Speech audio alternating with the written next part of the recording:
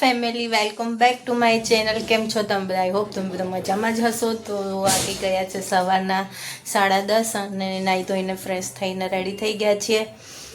અત્યારે મેં કીધું સવારમાં બ્લોગ ચાલુ કરી દઉં. તો અત્યારે તો હું વાસણ લૂસીને ચડાવી રહી છું. સવારમાં આજે તો થોડી સફાઈ કરી, અહીંયા બધું અસ્તવ્યસ્ત થઈ ગયું હતું એટલે વાસણનો ઘોડો નથી એટલે આવી રીતે જ બધું ગોઠવીને રાખવું પડે છે. કબાટ છે પણ એમાં બીજો બધો સામાન હોય. અત્યારે હું નાસ્તો કરવા બેસી રહી છું. સવારે એકવાર તો કરી લીધું પણ કામ કર્યા પછી થોડી ભૂખ જેવું લાગી રહ્યું છે તો અત્યારે નાસ્તો કરું છું. નાસ્તા એક ખાખરો અને એની ઉપર આચારી મસાલો લગાવ્યો છે જેથી સ્વાદ સરસ લાગે. તો ચલો બધા ખાખરો ખાવા માટે. તો કાલે મેં વિડીયોમાં કીધું હતું કે અમે લોકો બહાર નીકળ્યા હતા આંટો મારવા માટે, પણ શું લાવ્યા તે મેં તમને લોકો સાથે શેર નહોતું કર્યું. તો અત્યારે બતાવું કે કાલે અમે બાસ્કેટ, એ 200 રૂપિયાની બાસ્કેટ આવી. અહીંયા મશીન ઉપર મમ્મી પપ્પાના કપડાં પડ્યા રહેતા હતા તો એક સ્ટોરેજ તરીકે બાસ્કેટ લાવ્યા. અને બીજું લાવ્યા હતા અમે આ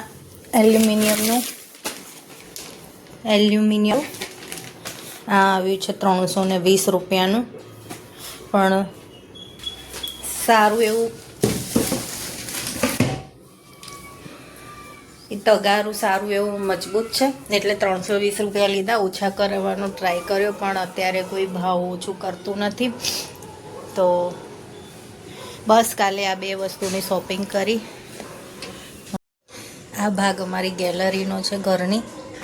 થોડું આ બધા કલર ને બધું સામાન પડ્યો રહ્યો છે, સ્ટોરેજ તરીકે યુઝ કરીએ છીએ આ ભાગને, એટલે બધું થોડું મેસ લાગશે.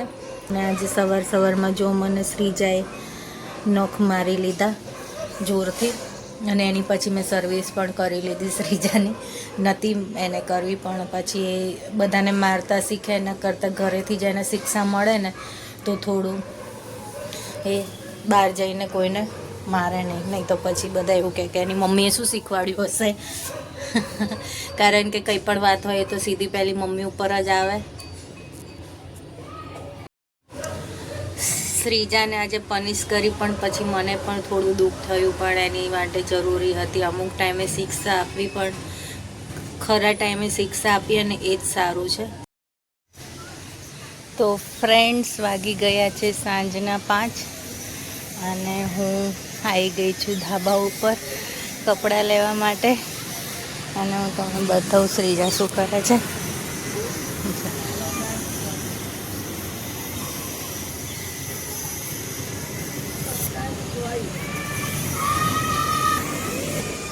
એ ધાબે આવવાનો ટ્રાય કરે છે પણ એ ધાબે ના આવી જાય એની માટે થઈને અમે જાળી બાંધેલી છે. તો અત્યારે હું ફટાફટ કપડાં લઈ લઉં. પહેલાં વાતાવરણ વરસાદી થઈ ગયું છે. સુરત દાદા વાદળ પાછળ સંતાઈ ગયા છે અને લાગે છે કે વરસાદ આવશે, કાં તો પછી વાદળ ખુલશે તો બરોબરની ઠંડી પડશે. અને હા, બીજી એક અપડેટ કે કાલે મારે હોસ્પિટલ જવાનું છે પેટ સ્કેન માટે. એનો કોલ આવી ગયો છે. બાકીની અપડેટ હું નીચે જઈને આપું. પહેલાં ફટાફટ કપડાં લઈ લઉં. તો હોસ્પિટલથી બપોરે ફોન આવ્યો હતો કે તમારું એપ્રુવલ આવી ગયું છે અને આવતીકાલે મારે હોસ્પિટલ જવાનું છે 11 વાગ્યાની આસપાસ. અને સવારથી 5 વાગ્યાથી ખાવા પીવાનું બંધ કરી દેવાનું કીધું છે એ લોકોએ, કારણ કે ફૂલ બોડી પેટ સ્કેન કરશે એટલા માટે. તો કાલનો દિવસ થોડો હેવી છે મારી માટે, કારણ કે તો ના કીધું હોય ને કે ખાવા પીવાનું કશું નથી તો ભૂખે વધારે લાગે ને તરસ પણ વધારે લાગે. કોની જોડે એવું થાય છે એ કહેજો મને. તો બસ હવે કાલે રિપોર્ટ કઢાવવા જઈએ. કાલનો વિડીયો પોસિબલ હશે તો લઈશ, નહીં તો કાલે કદાચ વિડીયો નહીં આવે. જોઈએ કેવી સિચ્યુએશન છે. હવે અત્યારે સાંજના 5:10 જેવું થઈ ગયું છે. હવે સાંજનું જમવાનું બનાવવાનું છે એઝ યુઝ્યુઅલ, દાળ ભાત શાક રોટલી. તો બસ હવે રસોડામાં જઈએ અને જમવાની તૈયારી કરીએ, કારણ કે હમણાં બધા ઓફિસથી આવી જશે એટલે જમવાનું તૈયાર રાખવું પડે. શ્રીજા અંદર રમી રહી છે. તો ગાઈઝ વાગી ગયા છે સાંજના 7 અને જમવાનું બનાવીને ફ્રી થઈ ગયા છે. અને શ્રીજા હવે આવી ગઈ છે ટોપલો લઈને એનો. હાય શ્રીજુ બોલો. તો હું વાળીશ કપડાં અને શ્રીજા રમશે એના રમકડા અહીંયા બેસીને. તો બસ વિડીયોને અહીંયા જ એન્ડ કરું છું. વિડીયો પસંદ આવે તો લાઈક કરી દેજો, ચેનલમાં નવા હોય તો ચેનલને સબસ્ક્રાઈબ કરી દેજો. તો મળીએ કાલે એક નવા વિડીયો સાથે. ત્યાં સુધી સૌને જય શ્રી કૃષ્ણ.